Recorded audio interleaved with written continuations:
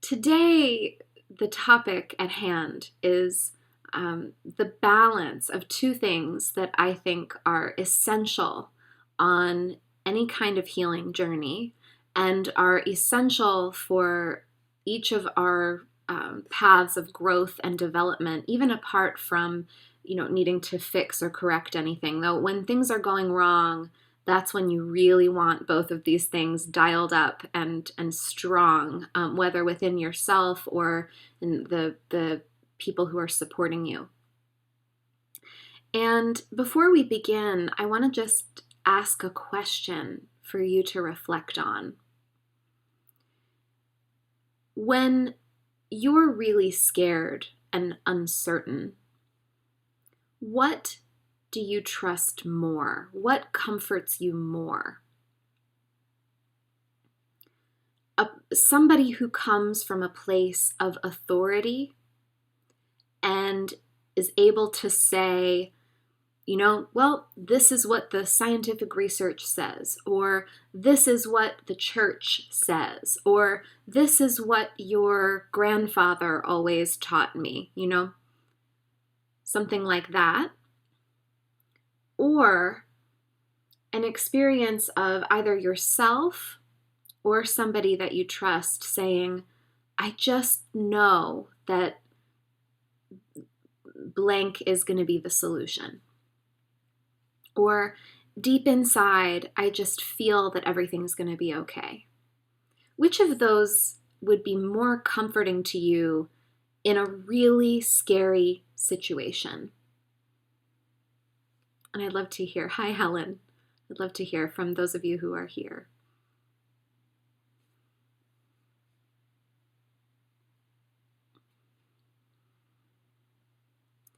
Nikki says, deep inside knowing.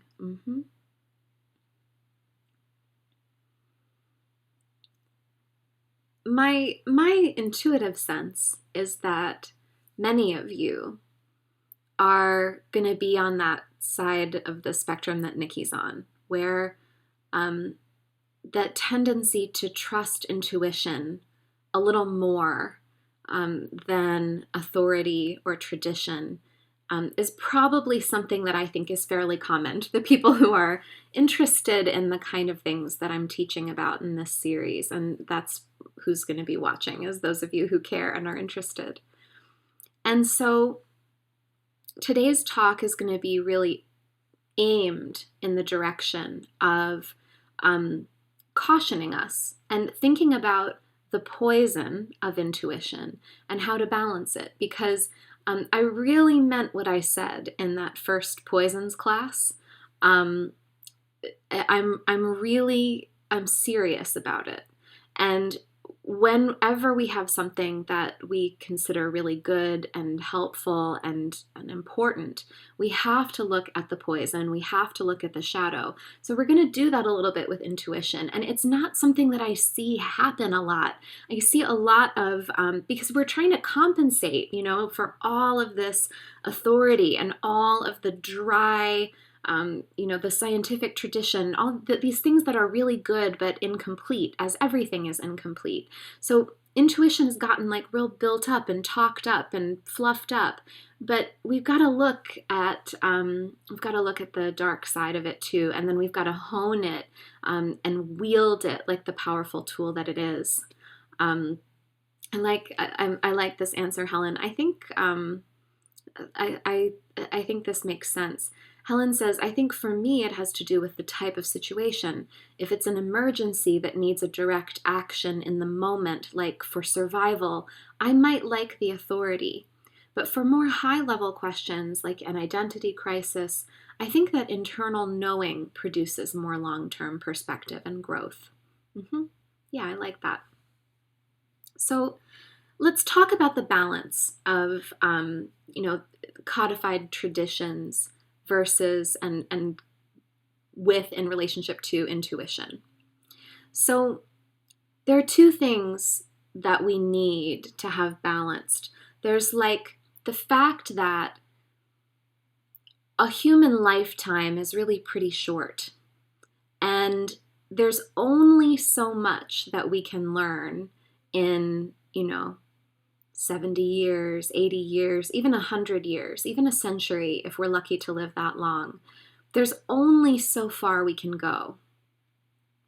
So much of our life is just taken up with needs of survival that we can't, that if we had to start from scratch every generation, we would never have created as much safety, security, peace, technology, knowledge, wisdom.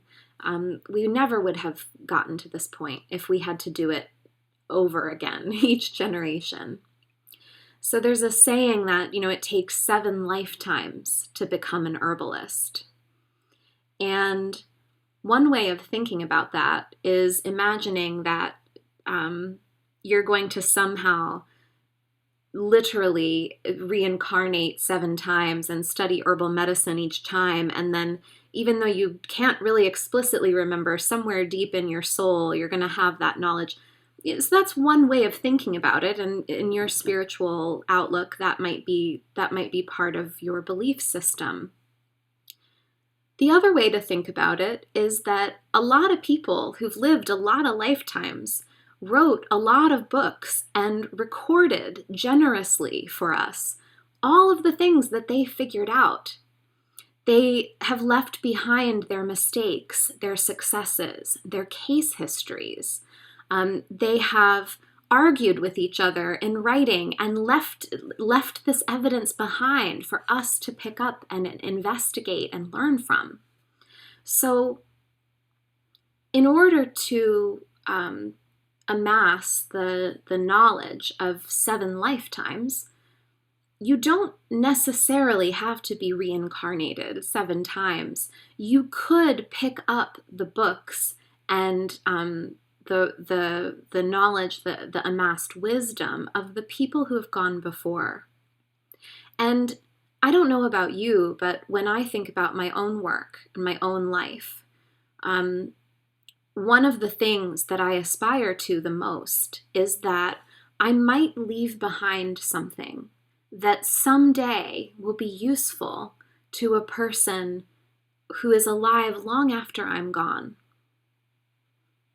So in picking up this knowledge, we can belong to something much bigger than ourselves, and we can learn and benefit from the experiences of so many generations of people who have gone before. But here's the limitation of that, of tradition. The limitation of tradition is that the world has continued to change and grow and evolve since those writings and those wisdom traditions and learnings and facts were discovered, written down, and codified. One of the things that's so powerful about the scientific tradition is that fundamentally it is a method for asking questions. And in that method, there is a possibility for constant challenge, renewal, and updating. And that is something that's really missing in, when you're talking about traditional herbal practices. There isn't a lot of innovation or, updating when we're talking about revered traditions from the past. And this is where the tradition alone can be stifling and limited. So, for example, I primarily practice in the Chinese tradition and informed by the Chinese medicine tradition. And, the Chinese classics were written in, thousands of years ago in a time when everyone was eating organic food, right? Because that's all there was. And a time when nutritional problems were much more likely to be about, serious malnutrition or, lack of adequate nutrients, as opposed to now where we have an overabundance of calories and an underabundance of nutrients, micronutrients. So, and then, the patient populations at the time of the writing of the Chinese classics, or at the time that Ayurveda was developed, you know, nobody was taking blood thinners. Nobody was taking the birth control pill. There were no antibiotics at that time. So people today are different in some ways than the people who were those original patients back in the time that the classics were written. So what we need is to have the knowledge that comes from these traditions that stretch back so far and include the clinical experience, the deep observation, and the concentrated study of so many generations of people who've gone before. But we have to have some way of updating it, and we have to have some way of questioning those things that may no longer serve and may no longer be current. We have to have a way of matching that information to the person who's in front of us today, or to our own situation. So one of the things that intuition offers us is that possibility for asking a new question, for renewal, newness, and moving that tradition forward. I think we also have to pause for a moment and think about what the limitations or the dangers of intuition are that I mentioned at the very beginning. So I have to tell you that I really cringe a lot, when I hear stories about, there's, I don't want to give too much identifying information here, but I hear stories sometimes, or I hear practitioners talk about like, they do like muscle testing on everybody, and muscle testing is like put out your arm and press on it, and if it's weak, it's not good for something's not good for you, and if you're strong, it's good for you. And this is kind of like their whole diagnostic method. And I heard a practitioner a few weeks ago say, well, and in this area, everybody tests positive for Lyme disease because just the miasm of Lyme is so prevalent here. Everybody tests for it. And inside I go like bullshit. That's bullshit. Like, everybody doesn't have Lyme disease in this area just because this is one of the places where it's more prevalent than other parts of the country. If everybody is testing positive for Lyme disease, and you're on your in your kinesiology thing that you do, or your weird machine that you hook up to people and supposedly reads their energy and just spits out stuff that everybody's positive for Lyme, whether the doctor can find a spirochete in their blood or not, like that's BS. I don't believe it. That is wrong and manipulative and crazy. It's not good. And the danger of overvaluing our intuitive perceptions is that there's no longer a bullshit detector that operates. There's no longer the ability to call somebody out, or to call yourself out, most importantly, and say like, I don't know about that. That doesn't sound so good. That doesn't match up with anything that can be verified in the outer world. And so the real danger of overvaluing intuition is the possibility of self-deception. And then, from self-deception, it's a very quick hop, skip, and jump to deceiving others, and to possibly harming others, and to harming yourself. Because if you have deluded ideas about life and the world and healing and growth, then you're not going to be safe, because you're going to be engaging with your own imagination where you should be engaging with real reality. So Carl Jung's definition of intuition, which I think is so good, as most of his stuff was and is, that intuition is perception via the unconscious. perception via the unconscious. So the trick is that when you're perceiving via the unconscious, the nature of the perception is not the same as when you see something with your eyes and you consciously register it, or when you read something and you understand it as a fact, or when you fall down and you hit your head and you realize that you tripped because you feel the pain of it. The perception via the unconscious leaves room for a lot of confusion and kind of shrouded, cloudy mystery. So, but generally, when we're perceiving via the unconscious, it's because we can't get the information any other way. So, where intuition is vital is as a way of complementing and compensating for the things that we can't see so directly, the things that people aren't telling us outright, the facts that you're not going to find in the book, the deeper hidden aspects of your own nature, or the ulterior motive that the person you're speaking with isn't going to share with you, right? So we want to have access to that information. And we also want intuition to tell us where we're missing something, where something else is needed.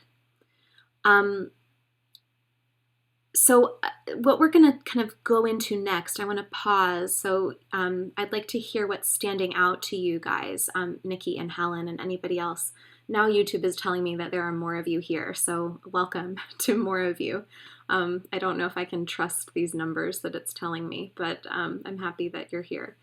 So I want to hear what you think about kind of the benefits and the risks of both kind of codified traditions and book learning, and then intuition and perception via the unconscious.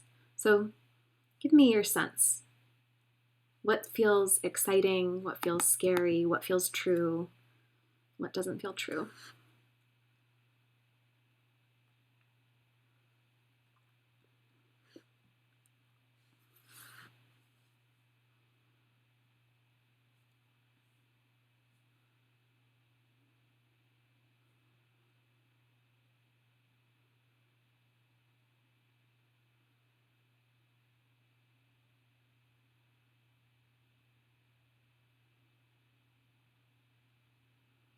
I'm always so afraid to be boring while I wait for you.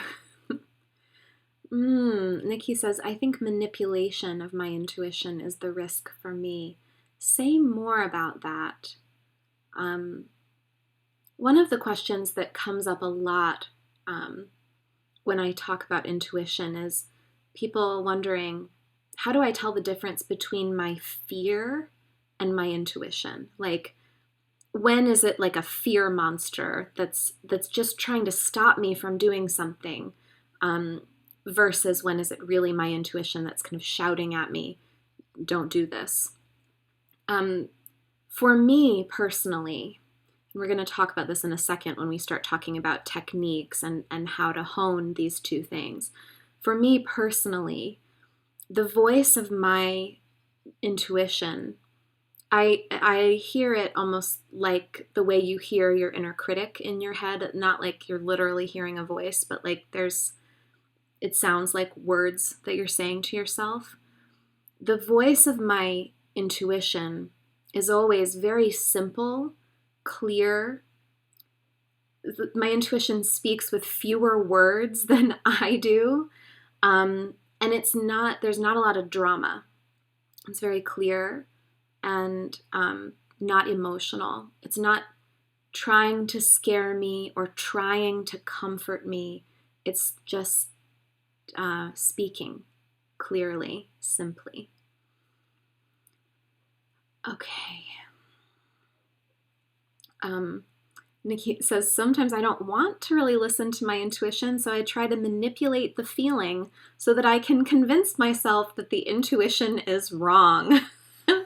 Yes, this is a beautiful, beautiful description of one way that self-deception can operate. Like, thank you for sharing that. Helen says, I see the traditions and learning as a great way to build a framework, but then we need our intuition when moving through life because not everything will fit neatly into the framework. Yes, Helen, yes. I should just when I start outlining these classes, I should just write to you, Helen, and ask for your responses to these questions, and then I could teach this whole thing so much faster because you always seem to say kind of what I'm thinking, but more succinctly. Yeah. So Helen has provided a perfect segue, and what I want us to do is to talk a little bit about these two branches of how do we develop the knowledge of codified traditions. How do we develop these frameworks? That's very much how I think about it, is that each of the traditions in which I have studied is a framework through which to look at something, and that depending on the person or the situation in front of me, I might have to switch frameworks. Like I'm changing from like the binoculars that look medium distance to look long distance. Like you need a different way of looking depending on what you're looking at. So we're going to talk about how to develop that knowledge, and then we're going to talk about how to develop our intuitions. And what I would urge you to do is whichever one is more uncomfortable is the one you should start with. Because, I was listening to something earlier today, and there's that beautiful piece from the legends, the Holy Grail legends. I don't know if you guys remember this, but the Knights of the Round Table, the quest for the Holy Grail, King Arthur, all this stuff.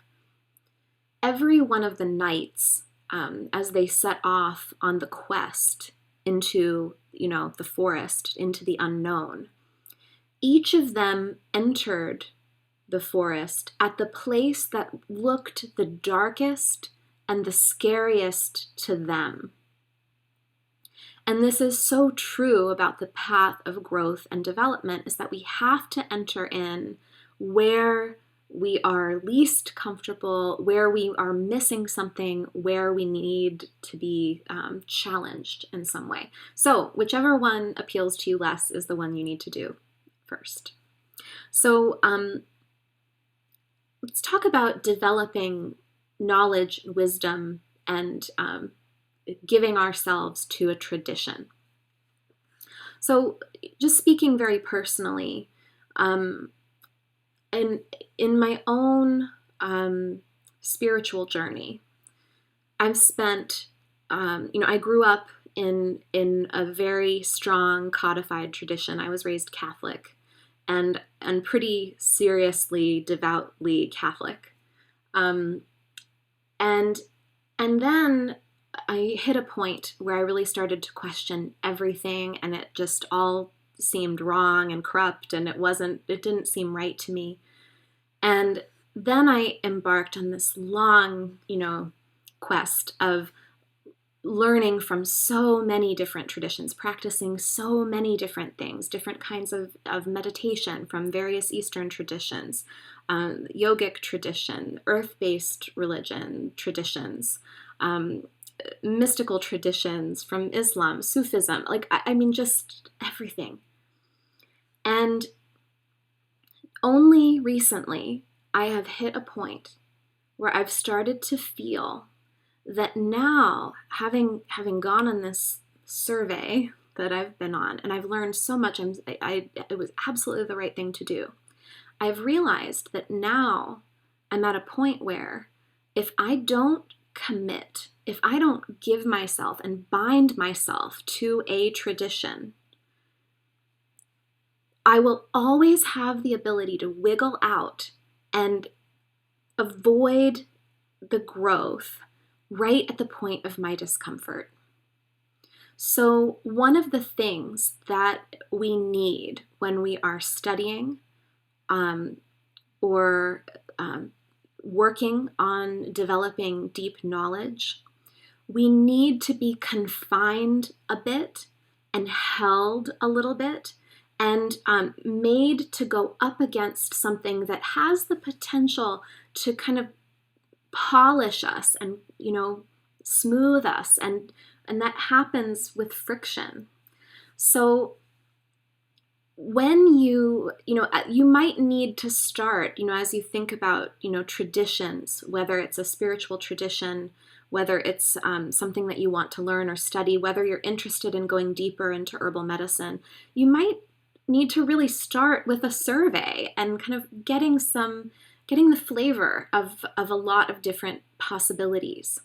But before you can seriously practice, you have to bind yourself to something and kind of accept the given rules of a tradition to at least some degree.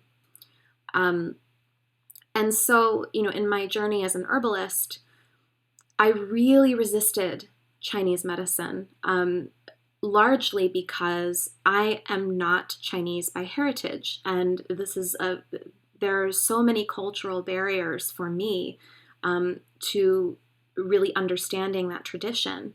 And because I just felt unsure about, like, does the world really need another white lady Chinese medicine person? Like, is that really the best thing for me to do? And the more that I bound myself to this tradition, the more that I actually have been able to serve and help get better results for people and go further than I could have when I was just sort of sampling. So I think that's the first ingredient, is search as long as you need, but then really bind yourself to something, take it on, commit. The next thing is especially when we're specifically talking about old healing traditions, though this can work in many domains, this is the only way that I have any hope of learning anything about math, is to think about learning the deep principles rather than memorizing facts. So sometimes in the beginning, you have to just get your mind around some facts and you got to get some definitions. You have to be able to, operate. But learning the deep principles is what is going to be most useful and really build out that framework that Helen was talking about, so that you have a new way of looking or a way of understanding. And then this is related to the deep principles. But, until and unless, our situation in the world really changes, we have easy access to facts all the time, just a quick Google, even apart from the internet. Like, if you have the right reference books, you can find out a fact very easily. But what a computer cannot do, apart from have intuition, is a computer cannot learn how to think better or more critically in the same way that a human being can. Because we have all of these different sort of interlocking ways of knowing things that a computer really has one way of knowing. So focusing on learning how to think. So this is for example, when I do a tongue reading with a client, it's a very weird new thing for somebody to experience, but it's absolutely a very old part of this tradition, thousands and thousands of years old, the practice of tongue reading, and then updated by, technology and my intuition of, like, the way that I do it, the metaphors that I use are informed by my intuition. So it's a good example of sort of this balance. But when I'm when I'm working with a client and reading a tongue for them for the first time, I have the photo up so that on the screen so that we can both look at the photo at the same time. And I always tell them, there's like an order of operations to tongue reading. There's a way that I do this that like it always unfolds the same way. And the first thing that I do is I look at the energy or the spirit of the tongue, and then I look at the overall color, and then I look at the coating, and then I look at just the features that stand out to me, like where does my attention go? And then I kind of go back and I look one by one through each of the areas of the tongue that speaks to a certain organ. So many of you who are here listening have probably had this experience of doing this with me. And it's the same framework each time that I use. And then within that framework, my intuition is also involved, because the things that catch my attention in the tongue, even though I'm using this very standard, traditional way of looking and interpreting what I see, that's the structure within which my intuition can play and come forward. And then sometimes it's really useful when I see something in a tongue that I've never seen before, or that I don't quite know what it means. And in a case like that, I tell the person, and I'm noticing this sign here, and it's not something that I see all the time. I don't usually tell people I've never seen it before, because there's something really unsettling about whenever you are with a healthcare provider of any kind and they tell you they have no idea. So it's not untrue, but I usually don't say, I've never seen that, like you have to have a little bit of a clinical poker face to not alarm your person. So I usually tell them, I don't see this all the time, or just from my clinical experience, I'm not confident saying that I know exactly what this means. So this is more of an intuitive sense, and see how it resonates for you. But here's what I'm thinking, or here's kind of what I'm wondering about it. And then if I still can't understand or figure out that sign, I go to a mentor, or I ask someone with more experience than me. And I draw on that living wisdom that's still around in the tradition. Or I look it up in a reference book, though I don't have, I feel like I've memorized all my tongue reference books pretty much. So I hope that is a good example of how these two things sort of weave back and forth. I'd love to know if you guys have any examples of, in your life, something like this, where you have a strong sort of quote unquote traditional knowledge-based way of doing something within which your intuition can come alive and play a little bit more than you feel like it could otherwise.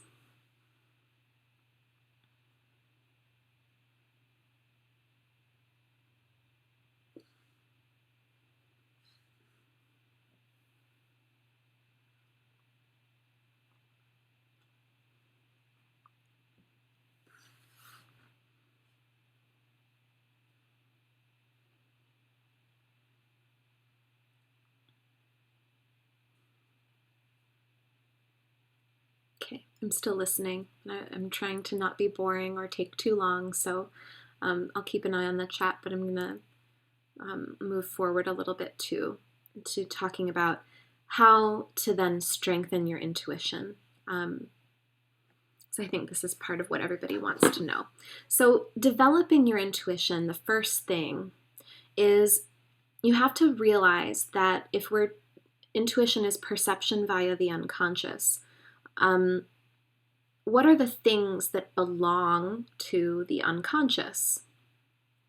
Your dreams, your fantasies, the kinds of like daydreams, or, stuff that weird stuff that you think of that, comes out of the blue.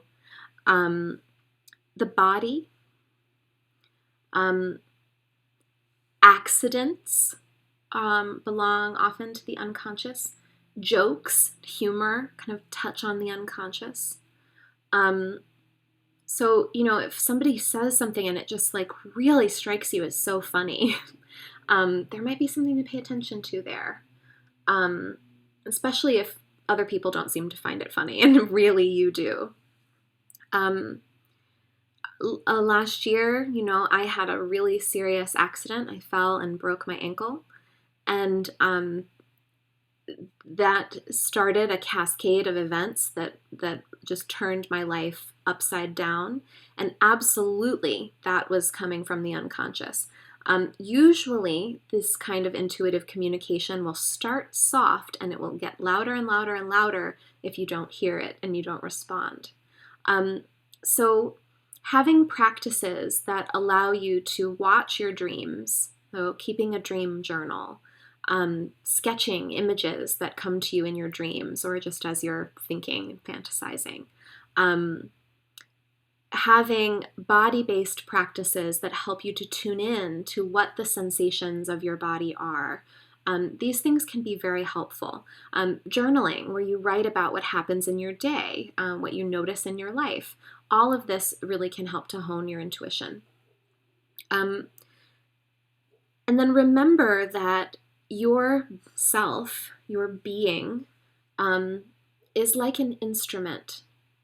This is one of the best things that I got from my time as an actress, is that, when you're an actor, you really learn, or a singer, you really learn that your body is your instrument, and everything that you do is made possible because of your body. And you have to take care of it, and you have to understand how it works. And in actor training, one of the best things that I learned that I use to this day with many, many, many of my clients is that instead of what you might think, if you've never gone through this sort of training, actors are not, good ones, are not consciously manipulating the way their face looks or the way that they're standing in order to try to create a certain effect. The body is not like the puppet of the brain that's like telling it exactly what to do in a very calculated way. When you train as an actor, what you learn is, what does it feel like on the inside when it's going well? What does it feel like when I'm connected? What does it feel like when I'm listening to the other person in the scene? What does it feel like when I really hit the mark of that particular speech? And you notice that feeling and kind of live into the feeling in your body rather than trying to consciously manipulate it. So the way that this relates to intuition is that you can learn what it feels like in your body or what it sounds like inside when a clear knowing comes to you. You can learn what it feels like in your body when somebody is lying in your presence. You can learn what it feels like when somebody isn't outright lying, but there is something that's not being said that's important.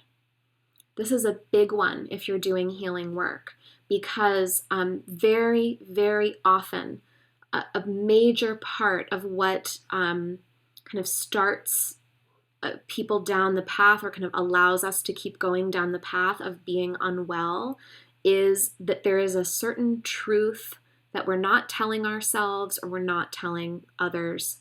Sometimes it's an intentional obstruction, and sometimes it's actually just that it's too much hidden and we can't articulate it. It's amazing the degree to which that's often true. And so you have to be able to feel, where is that thing that's not being said, that thing that's missing. And the only way to learn what this feels like in your body, again, this kind of goes back to that journaling as a tool, is it takes some time to have experiences where you see, oh, I listened to my intuition and it helped me, and wow, and what did it feel like when that first came to me? Or, like in this relationship, I feel great when I'm with the person, but whenever we're apart, I feel like something is wrong, and I feel nervous, and I'm not normally nervous, and um, there's something that we need to discuss that we're not discussing. What's going on here? What am I not looking at? It takes time to learn these things. Or, if I'm working with a client, it takes time to get the sense of like when they're telling me something and it's kind of covering over something that they don't want to tell me. They're trying to be doing really well, and like they're telling me how good things are, but there's something actually where they need more support, and they don't want to let me down, or they don't want to feel like a failure. They don't want to feel like they did a bad job. So they're trying to give me a spruced up version of how things are. Or they don't want me to worry. So they're trying to put on a happy face. You learn these things because you attune to what it feels like in your body and to what your responses are like to the other person. And this helps a lot. I've heard, there are some practices, Jess, if you're out there, I'm thinking of you. There's some parenting practices that are really interesting called elimination communication, where parents of very young infants learn to watch the signals of when the infant needs to use the bathroom. And instead of always relying on a diaper, they help the child to go to the potty without needing a diaper.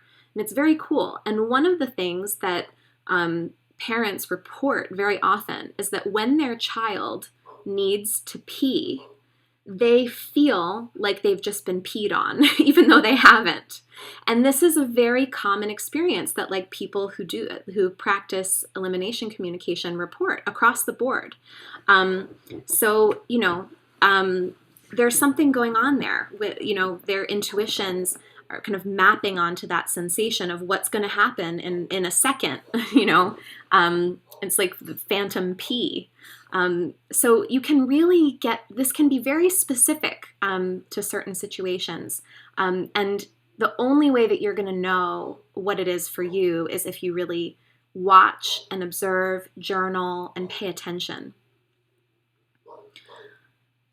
Okay, and so here's the last one, and I think it's the most important one.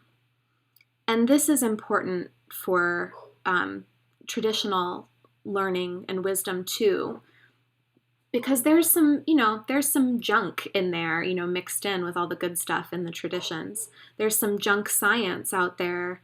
There are a lot of manipulative documentaries out there, and stuff that's gonna make you kind of try to rope you in emotionally and get you all whipped up and make it so that you can't think clearly about things. It is vitally important if you want to heal yourself, if you want to be a vehicle of healing for others, if you want to just contribute to the world in a positive way, you must commit yourself to the truth. You must commit yourself to the truth. In the 4 agreements, this is put as like, be impeccable with your word, which I like that construction, So partly that means do what you say you're going to do. Keep your commitments to others, and keep your commitments to yourself. Do not make overly ambitious plans and goals that you're not going to be able to do, because each time you do that, you erode your creative power and your sense of trust in yourself and your grounding in the truth, because it's a self-deception, to make an overly ambitious plan that you're not going to listen to, or to put things on your calendar. Do not put an appointment on your calendar to go exercise if you're not going to do it. Do not tell your friend that you're going to call next week if you aren't going to keep that promise. Of course, sometimes extraordinary things happen and you completely forget, or traffic stops you from getting somewhere on time, this sort of thing. I'm not talking about that. I'm talking about the thing that happens more often, which is we allow ourselves to kind of get off easy with a good intention rather than with clear action and follow through. There is nothing more important that you can do to strengthen your intuition than becoming impeccable with your word and relentless about the truth. And I'm just going to say a word about this in relationship to the political sphere, because this is a place where in my country, this is very much a place where this medicine is needed. We cannot let easy judgments stand in for complex truth about people with whom we have strong disagreements, even on, life and death matters, even on matters that are of the greatest import to ourselves and our loved ones and our communities. I don't want to hear anybody else this week tell me that Republicans in Congress are evil because they've passed this healthcare bill. I do not agree with this healthcare bill. I'm very distressed by it. But it is more complex than just all those people are evil and that's the end of the story. We will never be able to solve anything. And some part of your own grounding in the truth of reality is compromised when we default to those people are evil. It's not worth it, guys. It's not worth it. I know a lot of you are more nuanced thinkers than this, but so then the challenge is, if you are a more nuanced thinker than this, the challenge is the next time that you're hanging out with your friends, whether, you're on the conservative side of the spectrum and your friends are painting, undocumented immigrants with one, broad stroke, or you're on the left and everyone's telling you Paul Ryan is just evil, like you have to then be willing, if you hold a more nuanced, complex view of the truth of these disagreements or of the breakdown of our political process, you have to be willing to say to others who are doing this, I don't see it that way. That's not really accurate, or that's not the best description of reality. That's not the most useful description of reality. And it doesn't mean that you have to get into an argument every time, but you have to stand up for the truth as you see it and as you experience it. And it's not an easy path to walk. Nobody said that, intuition was easy. I think that that's one of the ways you're on the path to self-deception is if your intuition never gives you any friction. If your intuition is only leading you toward bliss and rainbows and happy thoughts are gonna get me more toys and stuff, if that's what your intuition is doing, that's not intuition, that's self-deception. If your intuition is doing its job, it's going to give you at least as much challenging information as a textbook would give you. It's going to ask you to stretch and grow and learn at least as often as it's going to comfort you and reassure you and inspire you. So that's a quick little self-check just to make sure. And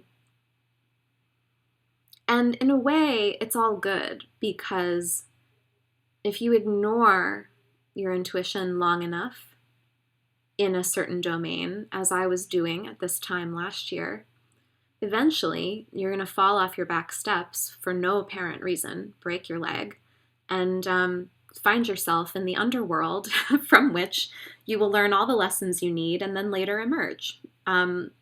So we're going to all get there one way or another. I just would really love for you to have kind of the easiest path that you can, while still fulfilling the incredible potential of who you are inside. And I think that this combination of being really serious about devoting yourself to a tradition, being humble enough to devote yourself to a tradition, and keeping your intuition awake, alive, and honed, and protecting yourself from that tendency towards self-deception. I think that's a pretty good bet. So, I will take a few comments, questions, thoughts, if you have some. We have a few more minutes of time together. Nikki says, I want to let intuition help with texting. It seems basic, but it's an area that I think will help me. I'd love to know what you mean by that. I love to play a game with texting and intuition. I love to play a game of like, can I know who texted me, before I see who it is on the phone, and like, can I tell how synced up I am with a person because I think of them and then they text me? It's kind of fun. Now nobody calls on the phone anymore, so that thing of like knowing who is on the phone before it rings, like now with everybody has caller ID on their phone, like you can't really do that anymore. So you kind of have to do the text version. It works. It still works. It's fun. Yeah. Okay. So next week, we're going to get into some tradition. We're going to start with the Chinese herbal tradition next week. And the next 3 classes are going to be, that sort of broad survey of a couple of different traditions: Chinese medicine, Ayurveda, and the Western herbal tradition. And that's what we're going to be up to for the rest of the month. So I'm very excited. And next week, we will be here on Wednesday, which is a very exciting day for me because if all goes well, that is the day that I will be closing on my new house. And hopefully after next week, I will be teaching these classes from my new home, my new office.